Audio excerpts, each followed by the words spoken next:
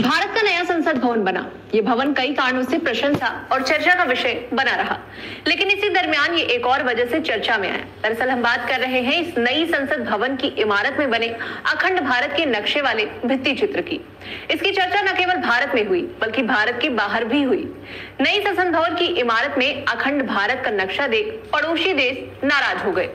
पहले नेपाल, फिर पाकिस्तान और फिर बांग्लादेश के नेताओं ने अखंड भारत का भित्ति चित्र लगाने पर कड़ी प्रतिक्रिया जताई है। अब इनकी प्रतिक्रियाओं के चलते वर्तमान में भारतवासियों का इंटरेस्ट इस बात में ज्यादा बढ़ गया है कि क्या सच में इतिहास में भारत ऐसा ही दिखाई देता था। तो जी हाँ, पहले भारत का नक्शा इसी अखंड भारत के नक्शे जैसा दिखाई देता था।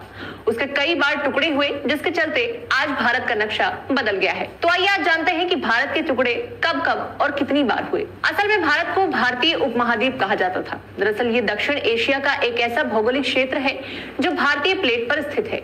इसे हिमालय से हिंद महासागर में दक्षिण की ओर प्रक्षेपित किया गया, यानी कि धकेला गया। इस प्लेट पर बसे पूरे समुदाय को ही अखंड भारत कहा जाता है।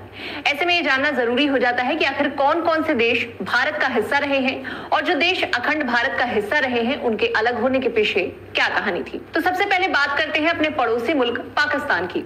साल 1947 में 14 अगस्त को पाकिस्तान और 15 अगस्त को भारत को एक पृथक राष्ट्र घोषित कर दिया गया। इस विभाजन में न केवल भारत के 2 टुकड़े किए गए बल्कि बंगाल का विभाजन भी किया गया और बंगाल के पूर्वी हिस्से को भारत से अलग कर पूर्वी पाकिस्तान बना दिया गया। ये बंटवारा धर्म के नाम पर हुआ और भारत पाकिस्तान अलग अलग देश बन गए। अब बात करें बांग्लादेश की। दरअसल आज का जो बांग्लादेश है वो भी एक समय में भारत का ही हिस्सा था। साल 1947 के विभाजन के बाद इस क्षेत्र को पूर्वी पाकिस्तान के नाम से जाना जाता था, लेकिन 1971 में हुए युद्ध में सेना ने इसे पाकिस्तान से अलग कर बांग्लादेश बना दिया। अब बर्मा की बात करें तो यहाँ का इतिहास बहुत जटिल और पुराना है। बर्मा को अब म्यांमार के नाम से भी जाना जाता है। भारत के इस हिस्से पर साल 1852 में अंग्रेजों ने कब्जा कर लिया, जिसके चलते शुरुआत में ब्रिटिश और बर्मा लोगों के बीच काफी बड़ा आंदोलन हुआ और ब्रिटिश सामानों को बड़े स्तर पर बहिष्कार भी किया गया। कहा जाता है कि बर्मा में हो रहे बड़े स्तर को कम करने के लिए अंग्रेजों ने बर्मा को भारत से अलग करने का फैसला लिया।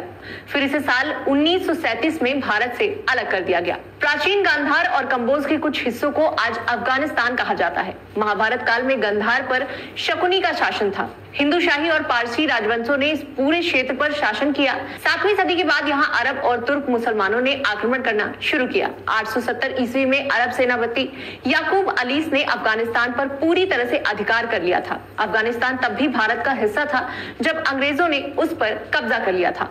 ब्रिटिश काल के दौरान अफगानिस्तान को 1834 में एक बार बफर राज्य बनाया गया और 18 अगस्त 1919 को भारत से अलग कर दिया गया था। ये तो हुई आधुनिक भारत की बात, लेकिन अगर इसके पीछे भी जाएं तो Indonesia, Malaysia, Iran, Tibet, Nepal और भूटान को भी भारत में शामिल बताया जाता है। खैर, चलते चलते एक सूचना हम आपको और दिए जाते हैं। दरअसल अखंड भारत के विवाद पर भारत सरकार की ओर से जवाब देते हुए पड़ोसी देशों को बताया गया है कि भारत का नक्शा सम्राट अशोक के साम्राज्य का है और भारत अपने पड़ोसी देशों की संप्रभुता का पूरी तरह सम्मान करता है। तो बस आज की वीडियो में इतना ही। मैं निधि फिर से लेकर हाजिर होंगी कुछ ऐसी ही जानकारियां। तब तक के लिए पढ़ते रहें, बढ़ते रहें। नमस्कार।